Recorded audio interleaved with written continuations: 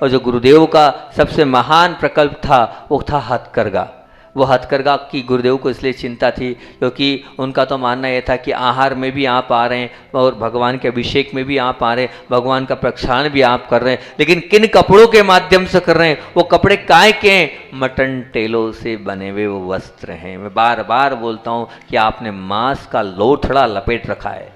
विचार करना, उस मांस के लोथड़े को आपने, मटन टेलों को आपने लपेट रखा है, फिर आप कैसे अहिंसा धर्म को पालने वाले हो गए? आप अहिंसा धर्म की बात तो कर रहे हैं, जैन धर्म की जय तो बोल रहे हैं, लेकिन वो तब होगा जब आप आपके साथ में तन मन के साथ आप तन को भी ठीक करें। मन तो आपका ठीक ही है, वचन तो आपका ठीक है, लेकिन अभी तन आपका ठीक नहीं है। तन जब ठीक होगा, जब बहनें हैं इनको आपको प्रोत्साहन देना चाहिए। जो बहनें आपके बीच में बहुत सारी चीज़ें लेके आई हैं, आप उनको देखें, उनका प्रोत्साहन दें। और ये जो, और आपको बता दें, ये मात्र इतना ही नहीं हुआ, पूज्य गुरुदेव के माध्यम से जो हथकरघा है, उन हथकरघा केंद्र में गुरुदेव ने क्या किया। एक बार हम लोग रामटेक में थे और रामटेक में स्थिति ऐसी थी, आपको बता रहा हूँ बहुत अच्छी बात, कि हम रामटेक में इरियापत चल रही थी और इरियापत में उसकी आवाज़ आई सायरन की, मतलब तो अब सब सायरन की आवाज़ आई तो हमें लगा कोई ना कोई बहुत बड़ा महत्वपूर्ण व्यक्ति आया आएगा।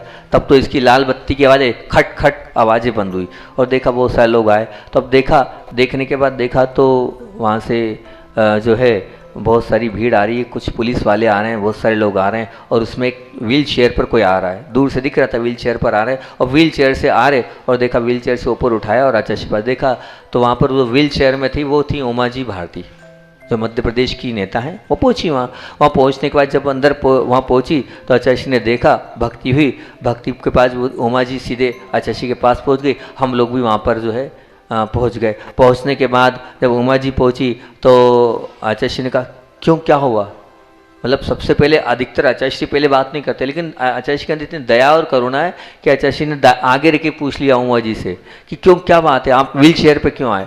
तो उन्होंने कहा आचार्य जी मेरे घुटने में एक तकलीफ़ हो गई है, उसको ऑपरेट करना बहुत ज़रूरी है। ऑपरेशन के बिना वो कार्य नहीं हो पाएगा। और ऑपरेशन हॉल में मैं जा चुकी थी, एकाएक मुझे याद आ गया कि जिनको मैं गुरु मानती हूँ कम से उनका आशीर्वाद तो ले लूँ। मैंने उसी वक्त उसको कैंसिल किया। कैंसिल करने के बाद तुरंत वहाँ से जो है फ़्लाइट पकड़ी और नागपुर आई हूँ और नागपुर से यहाँ आपके पास आई हूँ। पहले आप बताओ मुझे ऑपरेशन करना है कि नहीं करना है, आप आशीर्वाद दोगे तो ऑपरेशन करूँगी, नहीं तो मुझे कोई बाधा नहीं। आचार्य मुस्कुरा, मैं क्या कहूँ, देख लो। बोले नहीं, देख लो नहीं, आप जो कहोगे वैसे ही मैं करूँगी। आप, मेरा पूरा जीवन आपके प्रति समर्पित है, मैंने आपको गुरु माना है और बिना गुरु के आगे कुछ नहीं करना चाहिए। तो फिर आचार्य मुस्कुराए, आशीर्वाद दिया कि ठीक है, डॉक्टर लोग बोल रहे हैं तो अपने हिसाब से उसको आप देख लें, जैसा भी हो, हमारा उसमें कोई मना नहीं है।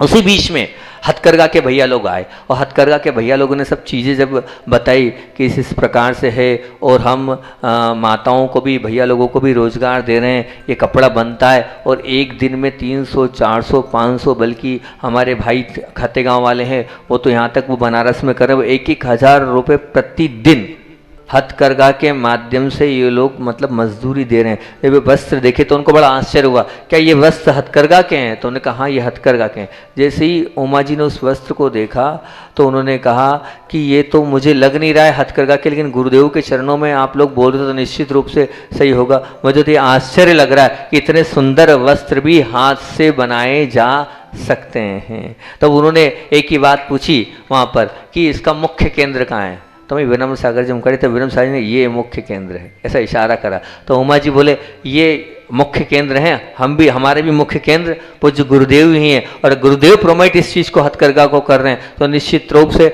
आप लोग आओ, हम इसको और आगे बढ़ाएंगे। और इससे रोजगार की जो सबसे बड़ी समस्या है कि आज बेरोजगारी खत्म हो रही है और रोजगार मिल रहा है और रोजगार भी सात्विक तरीके से मिल रहा है, तो इसमें जितना होगा उतना प्रमोट करेंगे। तो आज जेलों में भी हथकरघा है, वहाँ जेल, सागर जेल ले लो, चाहे तिहाड़ जेल ले लो, बहुत सारी जेलों में आज हथकरघा है। और हथकरघा में पता है वो क्या सिस्टम गुरुदेव के आशीर्वाद से बना है कि वहाँ पर वो कपड़े बना रहे हैं, कपड़े बनाने का जो पैसा है वो पैसा कहाँ जाएगा? उनके परिवार के अकाउंट्स में जाता है और उनके परिवार के अकाउंट्स में पूरा का पूरा पैसा जा रहा है। सेल्फ डिपेंड, वो भी जेल में रहने के बाद भी सच्ची प्रभावना तो वही है कि जेल में रहने के बाद शुद्ध सात्विक बन रहे हैं वो।